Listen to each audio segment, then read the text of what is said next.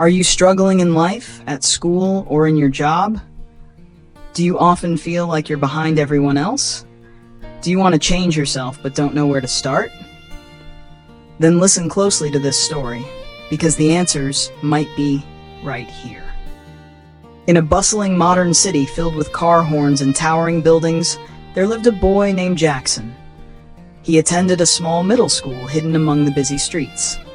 Jackson was 14, an age when most kids brim with energy, confidence, and dreams. But Jackson's life looked very different. He was thin, fragile, and smaller than most boys his age. His arms were slender, his legs were weak, and whenever he stood in the middle of the crowded schoolyard, he looked like a gust of wind could knock him down. Because of this, many classmates teased him or even bullied him. They gave him hurtful nicknames, tapped him roughly on the back just to laugh, or snatched his belongings simply because they knew Jackson was too weak to fight back. But what hurt Jackson the most wasn't the teasing. What truly broke him was the dream he had to abandon. Jackson loved basketball. He loved the sound of the ball hitting the court, the arc of a perfect throw, and the unity of a team running together. Every time he saw his classmates play, his eyes lit up with admiration, an admiration so deep it almost glowed. Yet he never got to step onto the court with them. Whenever he tried to come close, some boys would say, "Jackson, you're too weak. You won't last 5 minutes. Just sit and watch. We'll play a bit and come back later." Their words seemed harmless to them, but to Jackson they weighed more than a ball made of solid iron. So day after day, Jackson sat alone on a bench by the court, hugging his thin legs, watching the others make beautiful plays. He wasn't jealous.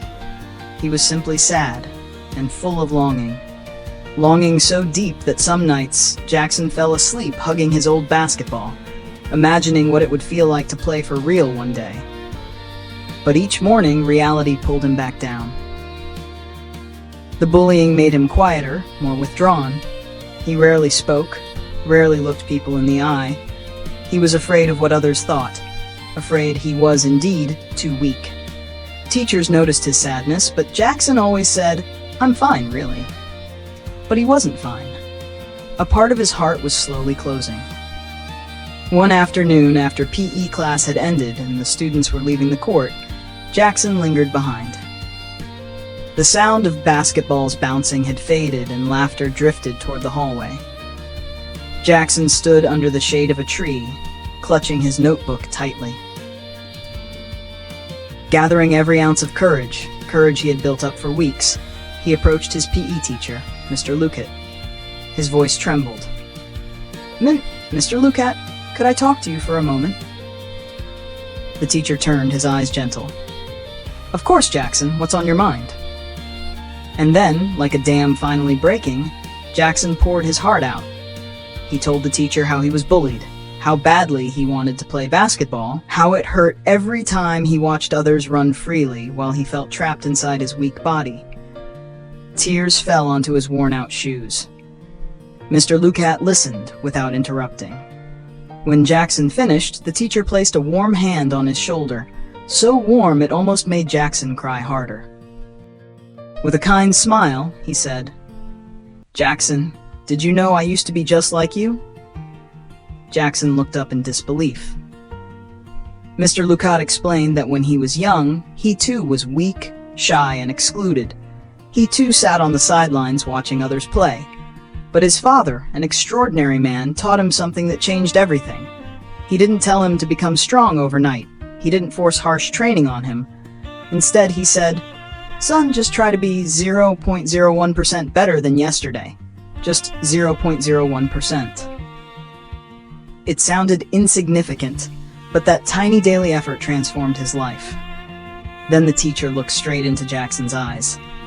"You don't need to run fast tomorrow. You don't need to jump higher than your friends. Just be a little better than you were yesterday. Run a few more steps. Do a few extra push-ups. Wake up a little earlier. Just a tiny improvement, repeated every day, and you will become stronger than you ever imagined." Jackson stood silent, his heart pounding. For the first time, someone truly believed he could change. For the first time, he didn't feel alone. The next morning, Jackson began. He set his alarm earlier, stood in front of the mirror and whispered, just 0.01%. His first run lasted less than 40 meters. He gasped for breath, legs shaking. But he smiled, because yesterday he hadn't run at all. The next day, he ran a few steps farther. The next, a bit more. After a week, he was exhausted and tempted to quit.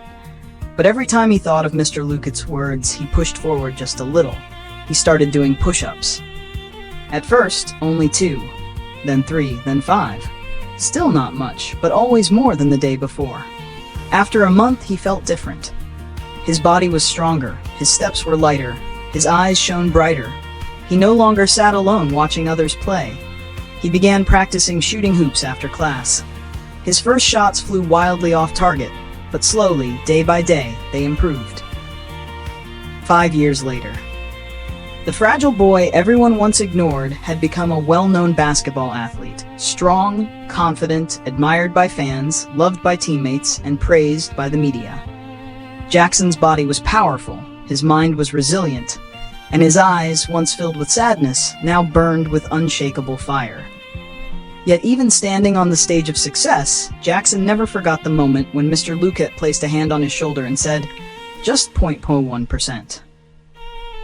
It wasn't just a lesson about sports, it was a lesson about life.